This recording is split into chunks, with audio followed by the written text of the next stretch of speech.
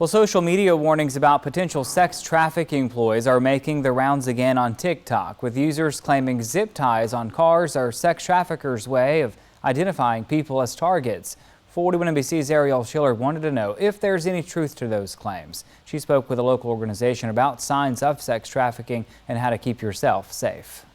Social media can connect us with friends and family we don't see on a regular basis, but it can also spread misinformation, especially about warnings on sex trafficking. A warning about zip ties on cars is making the rounds on TikTok, saying it's a signal to sex traffickers. Mason Morning, school manager with Traffick-Jam, says, don't believe everything you read on social media. If you see something like that happen, if you suspect you're being followed, take every precaution possible.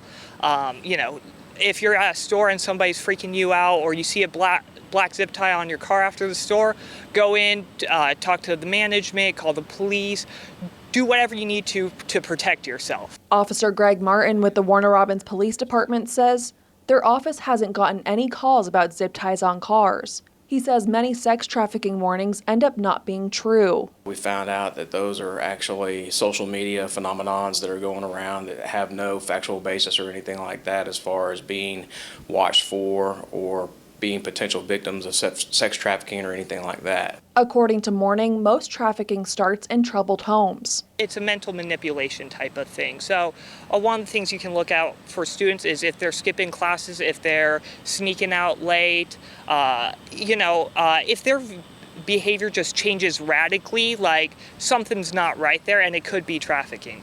Officer Martin urges people to go with their gut, not only to stay safe, but to also identify if someone else is in trouble. Don't be afraid to call. The least that can happen is that we come out there, check it out, and see if it's a real situation or not.